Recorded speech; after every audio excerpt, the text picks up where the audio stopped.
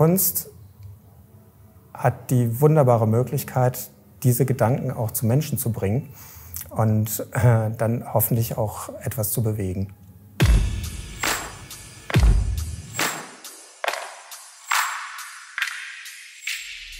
Was habe ich beim Machen des Werkes gelernt? Ich habe gelernt, wie kompliziert die menschliche Kommunikation ist. Ich habe gemerkt, wie schwierig es ist, diese kleinen Feinheiten der menschlichen Sprache, des menschlichen, ist das jetzt ein Nicken oder ist das einfach nur, ich sitze ein bisschen blöd rum, wenn ich den Kopf so bewege. Ich unterbreche jemanden, weiß aber schon, was er sagen möchte oder sie sagen möchte. Was so diese vielen kleinen Dinge, mit denen die Kommunikation trotzdem noch funktioniert, obwohl wir Sachen nicht ausreden, obwohl wir nur Kleinigkeiten machen. Das einer Maschine beizubringen, dass sie damit umgehen kann, das ist wahnsinnig kompliziert. Ob ich meinen Geist gern in die Cloud uploaden würde? Nö.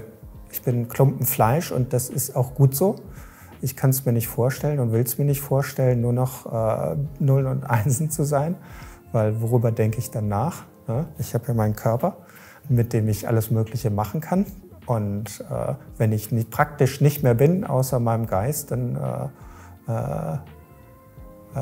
ist mir das zu wenig. Bist du mal von deinem Kunstwerk überrascht worden? Ich muss sagen, ja. Also interessant ist, dass die Arbeit eigentlich voll deterministisch ist. Deterministisch heißt, dass man von Anfang bis Ende durchgeplant hat, was passiert. Es gibt da so Verzweigungswege, dass es mal hier gehen kann und mal dahin gehen kann, aber im Prinzip sind die Wege alle vorgegeben. Das Trust ist so gemacht, dass der Dialog mit dem Avatar, der Avatarin, so natürlich wie möglich sein soll. Das heißt, wir haben uns gefragt, welche Mechanismen gibt es in der Kommunikation, die das möglichst natürlich machen. Und was mich überrascht hat, ist die Wirkung dieser Mechanismen, dass die einfach so sind, dass man manchmal wirklich sich so verhält, als wenn da ein Mensch vorne wäre, obwohl das, ja, man weiß, das ist eine Maschine, aber irgendwie verhält man sich anders als das Wissen. Und das hat mich selber überrascht, als ich davor saß und das gemerkt habe. Also wenn dein Werk ein Geheimnis hätte, was würde das sein? Das geht eigentlich um ein kleines Geheimnis, was kein Geheimnis ist, nämlich, dass wir hinterrücks bespitzelt werden. Wir hinterrücks von datensaugenden Vereinen, mal überspitzt und ganz platt gesagt, ausgesaugt werden.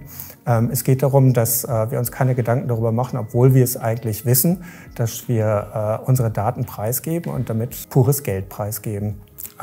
Das ist eigentlich kein Geheimnis, aber wir verhalten uns so, als wenn es eins wäre. Mit wem würde dein Kunstwerk gerne sprechen? Mit euch natürlich, denn es ist so konzipiert, dass es einen Dialog mit den Besuchern führt. Und ohne Besucher, ohne Menschen, die reden wollen, macht das Ganze keinen Sinn.